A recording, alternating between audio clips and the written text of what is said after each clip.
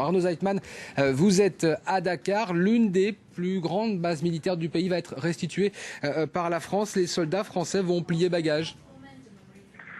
Petit à petit, les soldats français vont en effet plier bagages. Dans un premier temps, ils vont surtout se retirer de cette base de Bel Air, située au centre-ville de Dakar, au bord de l'océan, à la suite de la déclaration du président français de vouloir mettre fin aux accords de défense. Eh bien, le président sénégalais a décidé donc de reprendre cette base. Il reste deux bases tout de même à l'extérieur, plus à l'extérieur de la ville, mais de fait, à la base Bel Air, eh bien, les soldats vont petit à petit se retirer. Arnaud, est-ce que ça signifie qu'il n'y aura bientôt plus aucun soldat français au Sénégal ?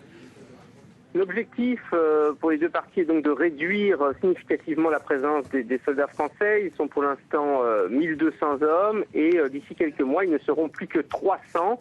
Et il s'agit pour les deux parties de signer un programme de coopération militaire, c'est-à-dire que la France viendra plutôt en soutien des forces africaines, des organisations régionales africaines, notamment de l'Union africaine, à travers un partenariat de soutien militaire. Mais donc le Sénégal ne sera plus donc une des bases majeure qui permet à la France d'intervenir sur le continent, très probablement au profit d'ailleurs de Libreville au Gabon, où se trouve une base importante qui permet là-bas aux soldats de mener des opérations, notamment du fait que la base se trouve sur l'aéroport même de la capitale. Merci beaucoup Arnaud Zeitman, vous étiez avec nous en direct à Dakar.